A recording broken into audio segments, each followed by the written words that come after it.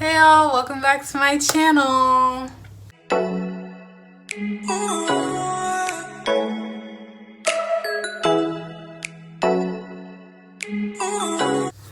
We love the new background of the room. If you haven't watched my previous video, go watch it. I did a whole little room makeover, room cleanup. So for those of you who have been watching my videos for a little minute, you know this is like cleaner. It's a different setup. Yeah, go check that out. So consistency is key. I've been good at keeping up, getting my videos together.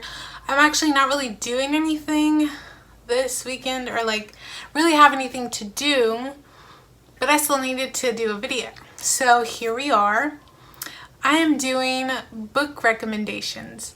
I've mentioned this before in other videos. I've started reading again. I started reading in January and now I can't stop. I now have myself on a limit. I try to read one book a week, and this is to save me money because books are expensive and I like hardcover books, which those are extra expensive. I used to read in middle school. I stopped, started reading again, and just, yeah, forgot how much books cost. But here we are with a book recommendation video. Now I have 4 books that I'm going to be recommending. I'm not sure how long this is going to be. I don't think it's going to be too long. I'm going to try to make it not too long. I have a lot of books I could recommend, so this might, you know, be a little series, a book recommendation series. But I'm going to start off with these 4 books. Let's get it started. First up, we have Legendborn. Now, this is actually the book that got me into reading again. I think some of you know about Book Talk, TikTok, Book Talk. Some girl did a video, I don't remember who, but she did a video on this book, recommending it, and I was like, oh my god, I have to get this book. And I did. I proceeded to get the book because I saw a video on it. So a little bit about it. So a black female author wrote the book. It's also a black female main character. And then I've mentioned before, I go to school in North Carolina, and the main character in this book is also going to school in North Carolina. So I thought that was really cool, and I was like, yes, like similarities, we love it. So I'm just gonna read this little bit about the book so y'all can hear about it. After her mother dies in an accident, 16-year-old Bree Matthews wants nothing to do with her family memories or childhood home. A residential program for bright high schoolers at UNC Chapel Hill seems like the perfect escape until Bree witnesses a magical attack her very first night on campus. A flying demon feeding on a human energy. A secret society of so-called Legendborn students who hunt the creatures down. A mysterious teenage mage who calls himself Merlin and who attempts and fails to wipe Bree's memory of everything she saw. The mage's failure reveals Bree's own unique magic and a buried memory with a hidden connection. The night her mother died, another Merlin was at the hospital. Now that Bree knows there's more to her mother's death than the police report had, she'll do whatever it takes to find out the truth, even if that means infiltrating the Legendborn as one of their initiates. She recruits Nick, a self-exiled Legendborn, with his own grudge against the group, and their reluctant partnership pulls them deeper into the society's secrets and closer to each other. But when the Legendborn reveal themselves as the descendants of King Arthur's knights and explain that a magical war is coming, Bree has to decide how far she'll go for the truth and whether she should use her magic to take the society down or join the fight. So I know all of that just had to draw you in, make you wonder. And the question is, yes, you should buy this book. It's just amazing. I bought, like, the same day I bought this book, I read it. I read it in one day. It's actually not that long. It's like 400 something pages, I believe. It's not that long. And then it kind of ends on a cliffhanger. So I believe that there will be a second book. I need a second book personally. But it deals with a little bit of racism in here. Just putting that out here because, like I told you, the main character is black. Most of the other people in this book are white. So, you know, it touches on racism. It deals with the loss of a parent. Her best friend is with her. You know, their ups and downs. And I referenced someone, Nick, and how they got closer. So a little bit of connection, love going over here. So good. And as you can see, it's a little bit of reality, but then there's this whole magical fantasy side. King Arthur, the round table, throw them in here. Oh, chef's kiss. And then definitely when reading this book, you need to pay attention because there's kind of like a plot twist at the end. But if you pay attention when reading, you'll pick up on where it goes. And then by the time you get to the end, you're going to be like, I saw this coming. And it's like a big plot twist at the end that just kind of throws you off for a loop. And it's just, that's how the plot twist is. And then it ends you there and you're left with questions and you don't have the answers to them because there is not a second book yet. But this book came out maybe January? I think so, but yeah. Please go get this book. This book made my soul so happy. It got me back into reading again. It's very good and you'll get hooked. You literally could finish this in one sitting if you really wanted to. And I did, and I hadn't read a book like that for years. So go get Legendborn. Next up on my list, another Incendiary. So the same girl who did a review on Legendborn, I ended up seeing her review on Incendiary. And I was like, she wasn't wrong the first time, so here we are. I got Incendiary. This book, it took me 2 days. This is when I started to split up my reading and to make the book last a week. So I split it up. It took me 2 days. This is another book. It has like 400, 300 pages. I'm going to read this for y'all just so you get a little taste. Okay. Renata was an only child when she was kidnapped by the king's justice and brought to the luxurious palace of Andalusia.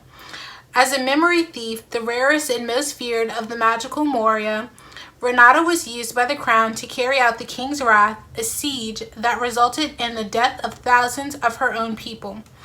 Now Renata is one of the Whispers, rebel spies working against the crown.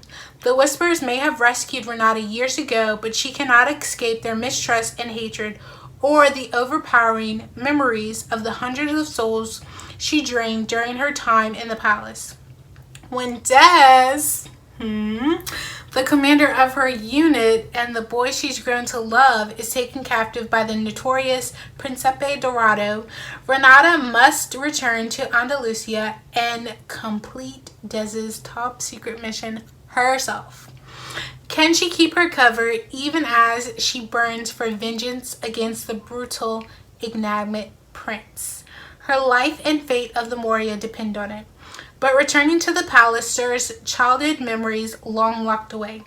As Renata grows more deeply embedded in the politics of the royal court, she uncovers a secret in her past that could change the fate of the entire kingdom and in the war that has cost her everything.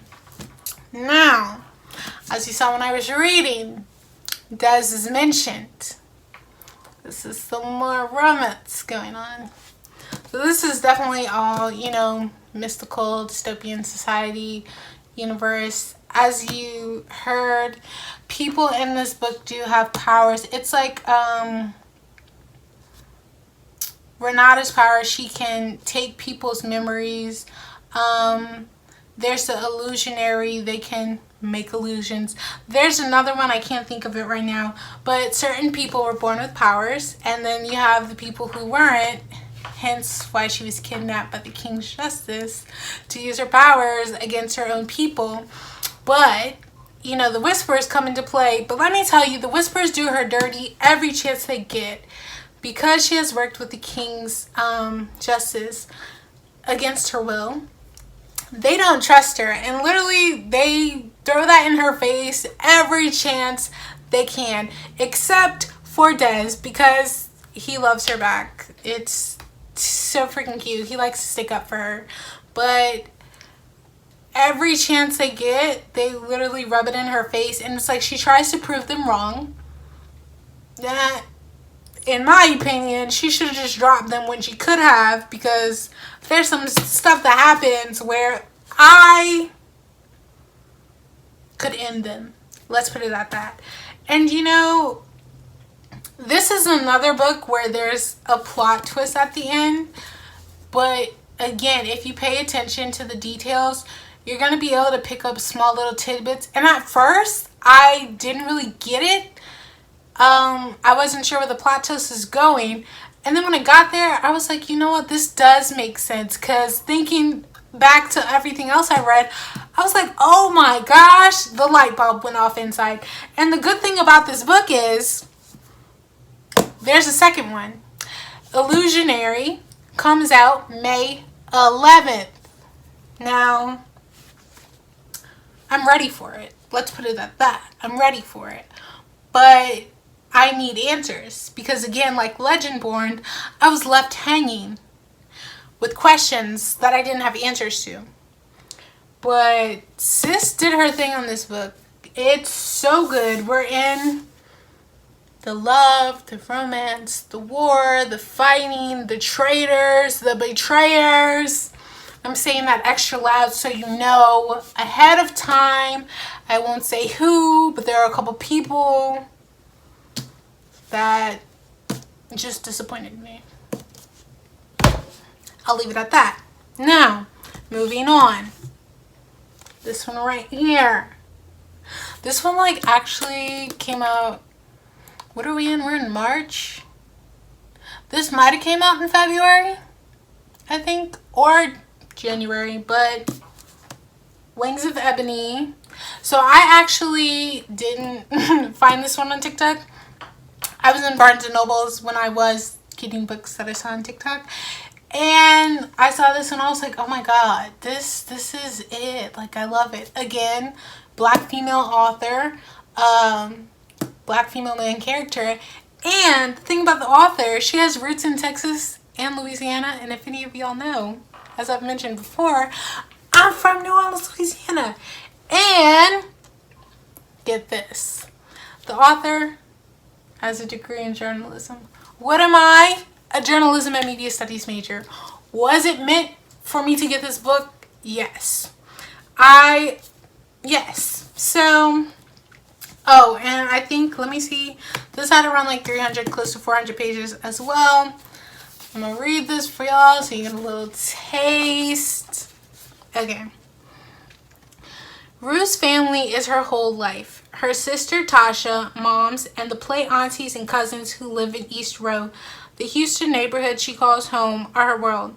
But it is upended when the unthinkable happens. Moms is murdered and Rue is snatched away by her father, who abandoned her at birth. A father who now insists she follow him to his home, Gizon, a secret country of gods who wield a powerful magic. In Gizon, Rue's existence is a crime. There's never been a half-god, half-human there, where leaders protect their magical powers at all costs and thrive on human suffering. Miserable and desperate to see her sister on the anniversary of their mother's death, Rue breaks Gizon's most sacred law. She returns to Houston only to discover black kids are being forced into crime and violence, and Tasha is in danger of falling sway to the very forces that claim their mother's life. Worse still, evidence mounts that the evil plaguing East Row is the same one that lurks in Gizon. An evil that will stop at nothing until it's stolen everything from her. Rue must embrace her true identity and wield the full magnitude of her ancestors' power to save her hood before the gods burn it down to the ground. But how can she pull it off when the enemy is everywhere? That alone should get you to buy the book. I got my teacher Shout out to Miss Dancy. I don't know if she's going to see this, but shout out to Miss Dancy because I convinced her on just my words. She bought the book and she actually now has it. She's going to read it. But so again, this is a book, you know, some is based on reality, some is mystical and magical. But this talks about, you know, police brutality, the stereotype of black kids are joining gangs, they're always, you know, in violence, they don't do well in school. But also the notion of, you know, it takes a village to raise a kid.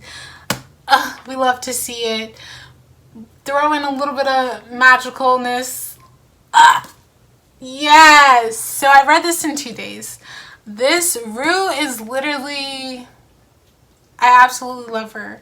She doesn't really take anything from anybody. Like the book said, family means everything to her. Her sister, she would do anything for her sister. She rides for her hood. We love to see it. Oh, again, this is another book with a little bit of sprinkly dinkle of romance. But to be honest, it comes toward kind of at the end of the book, so it gives you like a little dab in it. And this book does end on a cliffhanger, let me tell you that. So again, once again, I'm ready for book 2. I just want to put that out there. And like it said, I'm getting excited, the person who is destroying her hood, he's from Gaizan. Now, when y'all find out who, bruh, and this is another book, we all know about culture appropriation, everything, and stealing from other people. It talks about it. Things are stolen that shouldn't have been stolen, and it wreaks havoc. But we love to see it.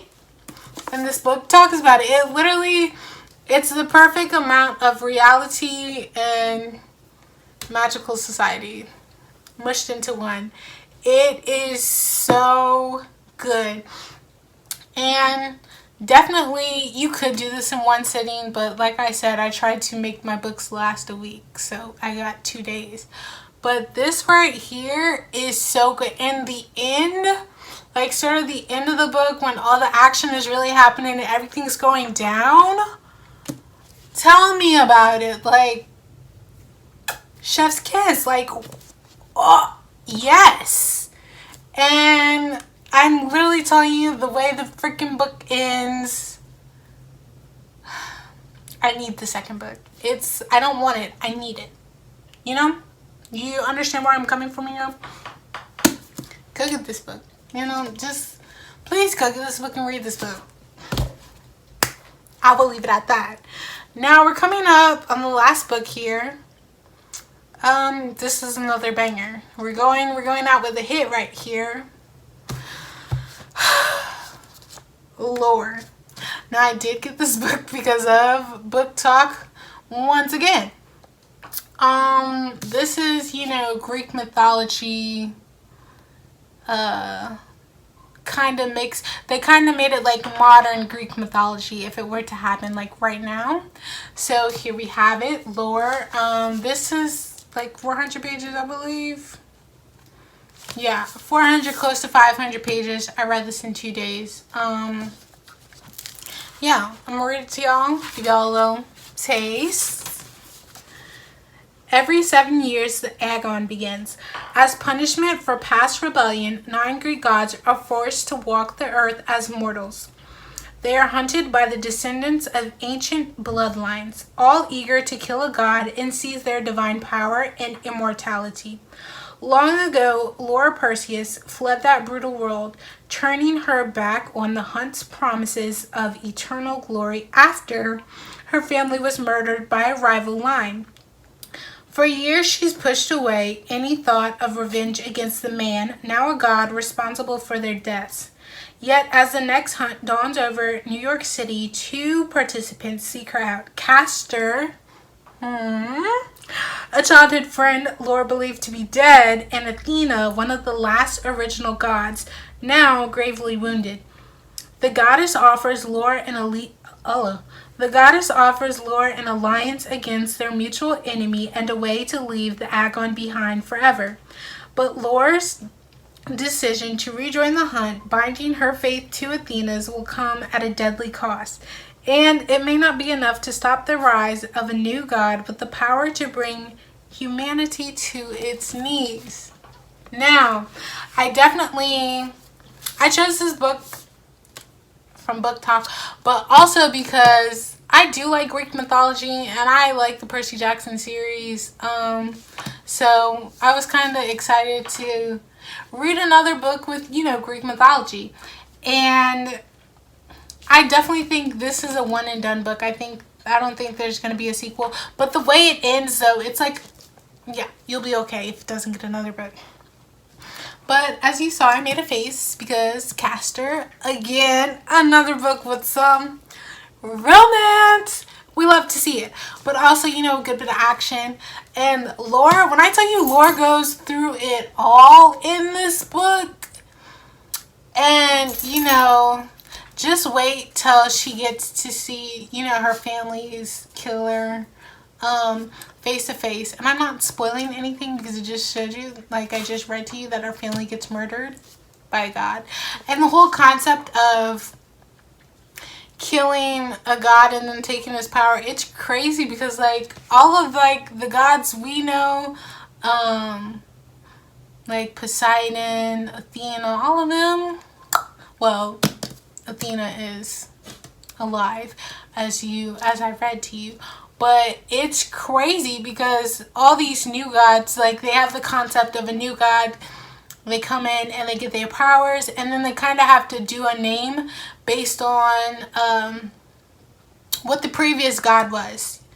And there are some that I'm like, okay, I can rock with you. You're pretty cool. And then there are others I'm like, you got to go. And hey. But another thing, and like Percy Jackson, when Zeus's lightning bolt is like a powerful weapon, they have things like that within their families as well. Like each family has its own thing where only members of the family can wield that weapon.